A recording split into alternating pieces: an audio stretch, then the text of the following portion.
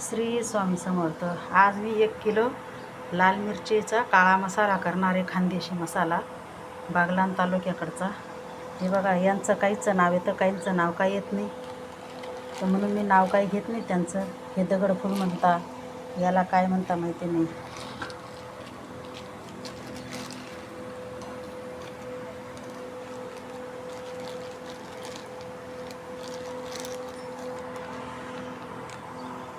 याला खसखस, लवंग,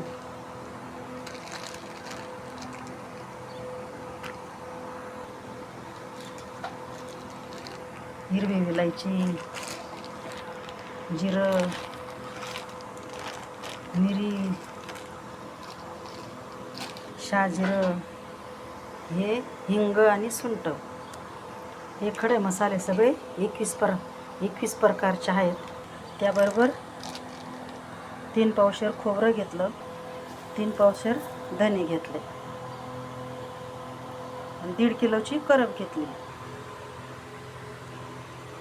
कढई मस्त लोखंडी कढई घेतली, तेल गरम केलं। आता मी मसाला भाजून घेते। जास्त तेल टाकायचं नाही, थोडंच तेल टाकायचं। मी आता त्याच्यात हळद भाजून घेते। सगळे प्रकारचे मसाले असे तेलात भाजून घेते।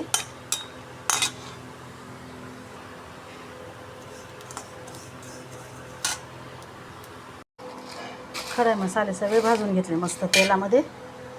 हे बघा,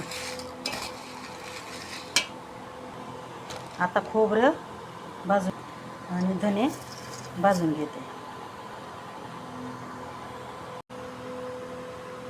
बघा, खोबरं बी मस्त बारीक, मस्त लाल बुंद भाजून घेतलेले। हे बघा, ही खसखस भाजली, हे धने भाजून घेतले मस्त। आता पुढचा मसाला भाजू। आता मी मिरच्या भाजून घेते, नाकाला कपडा बांधून मस्त, कारण मिरच्या भाजताना खूप काही त्रास होणार आहे म्हणून मी आता नाकाला कपडा बांधते आणि मिरच्या भाजून घेते। मिरच्या बी मस्त भाजल्या गेल्या आपल्या। आता मी करप भाजून घेते।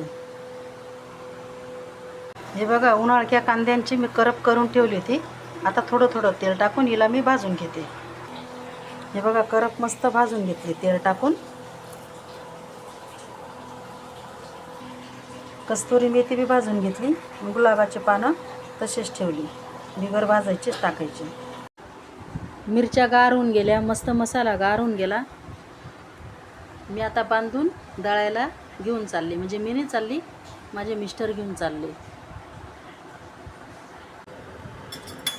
तयार झाला आपला काळा मसाला, घरगुती खानदेशी काळा मसाला।